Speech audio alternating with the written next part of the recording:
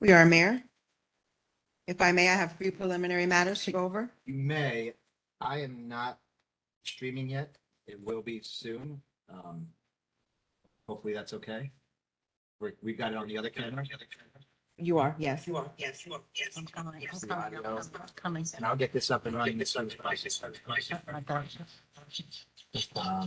Go forward with the preliminary matters. As soon as we, okay. Thank you, Mayor.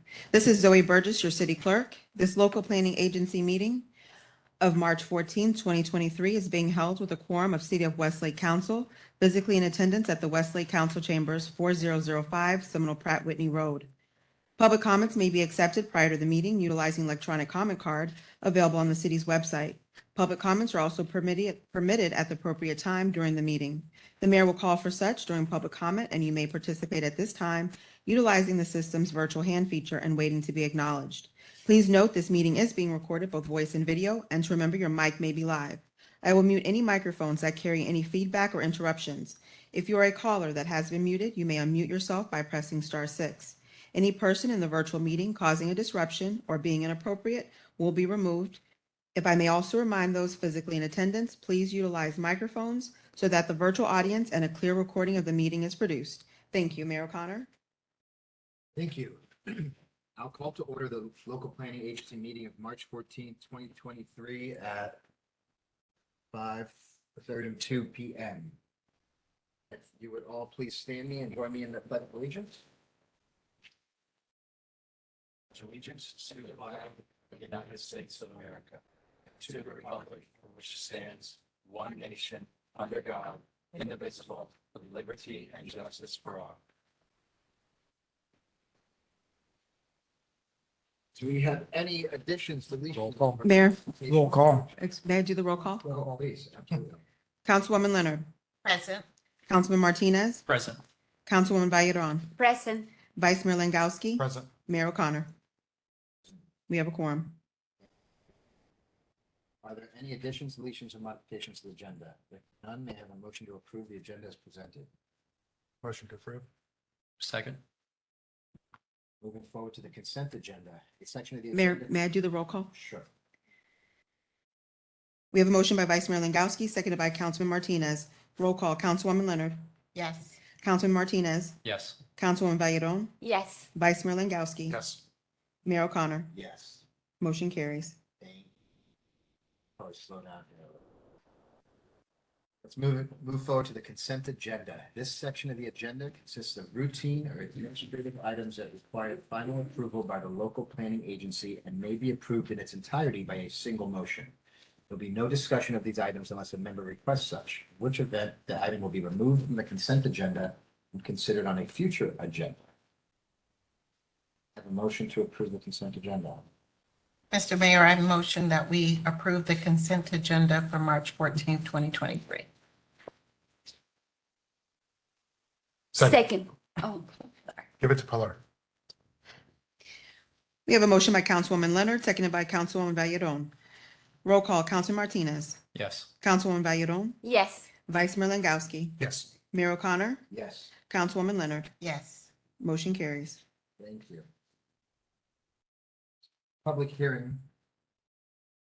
First reading, ordinance 2023-01, chapter 3, amendment for essential facilities and services.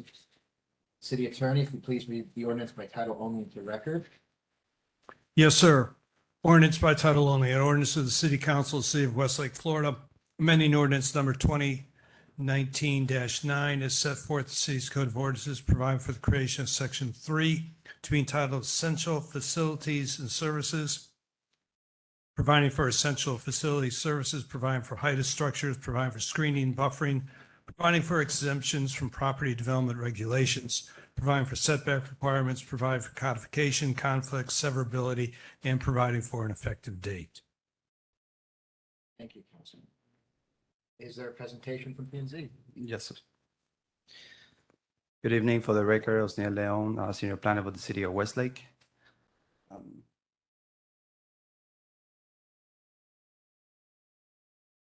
Yeah, here we go. This ordinance is staff initiated in our efforts to keep updating the city's zoning regulations. This one is regarding essential facilities and services. And this is an amendment to the Chapter 3 for essential facilities and services. We already have a definition. These are essential facilities that include roads, bicycle lanes, shared use paths, sidewalks, bridges, transmission lines for electricity, cable, water, including reclaimed water, sewer and gas that serve local area demands, electricity substations, stormwater and drainage facilities and systems, electric car generation ports, stations, transit facilities, and accessory solar facilities. Essential facilities and services do not include wireless communications facilities. We're gonna go over the regulations that we're introducing. The essential facilities and services includes all buildings and structures defined as essential facilities and that we just went over. It's permitted by right in all zoning districts, as shown in table 320, when necessary for day-to-day operations of the service, subject to the requirements set forth in Chapter 3, Article 3.3. Height of structures, no portions of any building or structure regulated by this article shall exceed 50 feet in height in residential zoning districts and up to 150 in non-residential zoning districts. Screening and buffering, structures or equipment excluding transmission poles exceeding 3 feet in height must be neutral, non-glare color, or finished so as to make them visually obstructive as possible and be shielded on all sides by shrubs at least 3 feet in height at all times at time of planting. These facilities are exempted from property development regulations. Essential facilities and services or essential service equipment shall be exempt from the property development regulations which set forth minimum lot size, area, dimensions, and setbacks, except the above ground essential services. Equipment may not be placed closer than 3 feet from any sidewalk or bike path. Essential service facilities shall not be required again to meet the required lot area dimensions for the district where it is located. However, provided the access, buffering, drainage, retention, parking, and other provisions of this ordinance and the land development code are satisfied, facilities shall have a maximum lot coverage of 50% and a minimum pervious percentage of parcel of 25%. The structures regulated by these sections that are 3 feet or less in height are exempt from all setback requirements. Buildings or structures are over 3 feet but less than 6 feet in height must be a setback of minimum 5 feet from any street right-of-way or street easements and must comply with the visibility triangles. And buildings over 6 feet in height must comply with minimum setback of 30 feet and may not be located closer than 25 feet to any body of water. That concludes our presentation. I'll be happy to answer any questions. Mayor, if I might, Please. just for the benefit of the LPA, and I'll bring it up when the city council considers it. I was contacted by council for SID regarding a provision in this particular proposed ordinance regarding setbacks. He may be here for the regular, oh, he's present. There we go. So during the public hearing, he can address it, but when we bring it forward at first reading, I'll be able to address how we can amend the ordinance between first and second reading to address the issue that you might, if you're considerate of that, willing to accept the proposed language that we work out. But there is, I think, a legitimate issue that needs to be discussed and contemplated. Can we discuss that? Can we talk Sure, about it? public hearing, yes, sir. Well, Seth's coming up, Mr. Mayor and Council. Put it on the table. What necessitated this is the roughly 4 acres south of the substation where Sid is going to be building its facilities and stuff. As you look at that property, some of the potential landscape requirements, other requirements that are in our code, it doesn't really address us being able to build the facility there where we need it.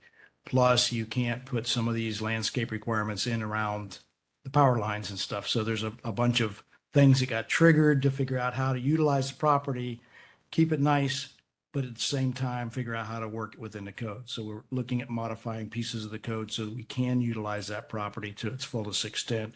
Plus, by being over there, that's also adjacent to where, when the county comes around, they'll be putting their fueling facility as well. So that I'll be over there behind, on the other side of the canal, behind the power plant substation, pretty much out of sight. Seth Bain, attorney for Seminole Improvement District. Thank you for taking the time to look at this today. There's an important piece of the code for us. The whole point of this is that we need to provide services where those services are needed. So as your utility provider, we appreciate you doing that. As Ken said, we had to take a look at the code, and I had spoken to Mr. Duty because I had just gotten these regulations and had a chance to look at them. And there's really just some minor clarifications that we need to do between first and second reading. Osneil just referred to a setback requirement of 30 feet. It wasn't entirely clear whether that's a setback from every side. We think that's probably not appropriate from every side. It's probably a front setback. So side and rear setbacks, there's probably a different metric we need to look at there. And then making sure the lot coverage works. And then there was a little buffering language he had mentioned about screening. We just want to make sure sometimes that screening can be right adjacent to a building, and sometimes that should be at the property line. So it's just some minor tweaks like that, nothing of any real stuff. So I think, as Mr. Duty said, I think it'd be appropriate to pass this on first reading today. We're going to maybe provide some minor tweaks that we think just clarify the code a little bit.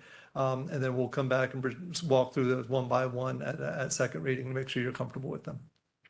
Thank you. Thanks, Seth. Do you concur with? Yes, sir. That, with all due humbleness, that was my suggestion. So the idea is to allow it to proceed forward this evening. We will talk with the planning department, work it out with council, bring you back some proposed language that you can consider on second reading. We won't amend the ordinance. It'll come back to you in the same fashion you see it tonight, because we can't amend it between first, second on our own volition. Only you can amend it as a council. Understand. So we will present, probably through the planning department, a memorandum or a presentation with suggested language that if you agree, then a motion to amend the ordinance on second reading could be entertained at that time. Excellent. Great. Any questions from council? No. All right. Let's open this up for public comment. Mayor, I received no additional public comments. We'll give the virtual audience a moment to raise their virtual hands. If you wish to make a comment, please raise your virtual hands or unmute your device. You have 3 minutes.